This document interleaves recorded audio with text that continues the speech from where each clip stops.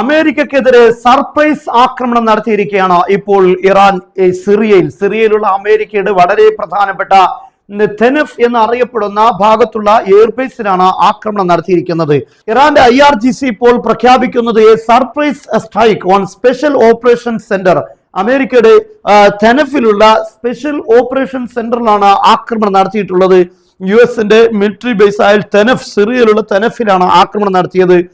Iran പറയുന്നത് ചില സൈനികർ അവിടെ വധിക്കപ്പെട്ടിട്ടുണ്ട്, കൊല ചെയ്യപ്പെട്ടിട്ടുണ്ട്, ആക്രമണത്തിൽ മരണപ്പെട്ടിട്ടുണ്ട്. മാത്രമല്ല അമേരിക്കയുടെ അവിടെയുള്ള പ്രധാനപ്പെട്ട റഡാർ സംവിധാനങ്ങളും അതുപോലെ പല ഹെലികോപ്റ്ററുകളും തകർക്കപ്പെട്ടിട്ടുണ്ട് എന്നാണ് IRGC ഇപ്പോൾ പ്രഖ്യാപിച്ചിരിക്കുന്നത്.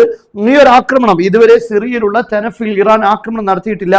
പക്ഷെ പെട്ടെന്നുള്ള ഒരു ആക്രമണമായിരുന്നു സിറിയയിൽ നടത്തിയത്. ഒരു സർപ്രൈസ് അറ്റാക്ക് ആയിരുന്നു. ഇതിനെ പ്രതിരോധിക്കാൻ അമേരിക്കക്ക് സാധിച്ചിട്ടില്ല. അതുകൊണ്ട് തന്നെ അവിടെ പ്രധാനപ്പെട്ട റഡാർ സംവിധാനം, അതുപോലെ മൾട്ടിപ്പിൾ ഹെലികോപ്റ്ററുകൾ, അതോടൊപ്പം തന്നെ US-ന്റെ സൈനികരും വധിക്കപ്പെട്ടു എന്നാണ് ഇറാൻ പറയുന്നത്. എന്തായിരുന്നാലും ഇപ്പോൾ യുദ്ധം അതിശക്തമായ അവസ്ഥയിലാണ് മുന്നോട്ട് പോയിക്കൊണ്ടിരിക്കുന്നത്.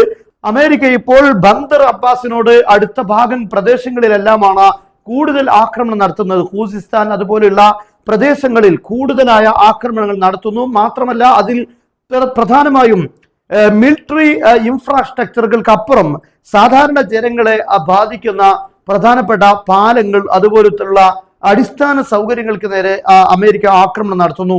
ഈ ആക്രമണത്തിന് പകരമായാണ് ഇറാൻ സമാനമായ ചില ലക്ഷ്യങ്ങൾ അമേരിക്കയുടെ സൗഹൃദ രാഷ്ട്രങ്ങൾ അല്ലെങ്കിൽ അമേരിക്കയ്ക്ക് യുദ്ധത്തിൽ സഖ്യകക്ഷികളായി അവരുടെ ടെറിറ്ററികൾ നൽകിക്കൊണ്ടിരിക്കുന്ന രാഷ്ട്രങ്ങൾക്ക് നേരെയും ആക്രമണം നടത്തിയിരിക്കുന്നത്.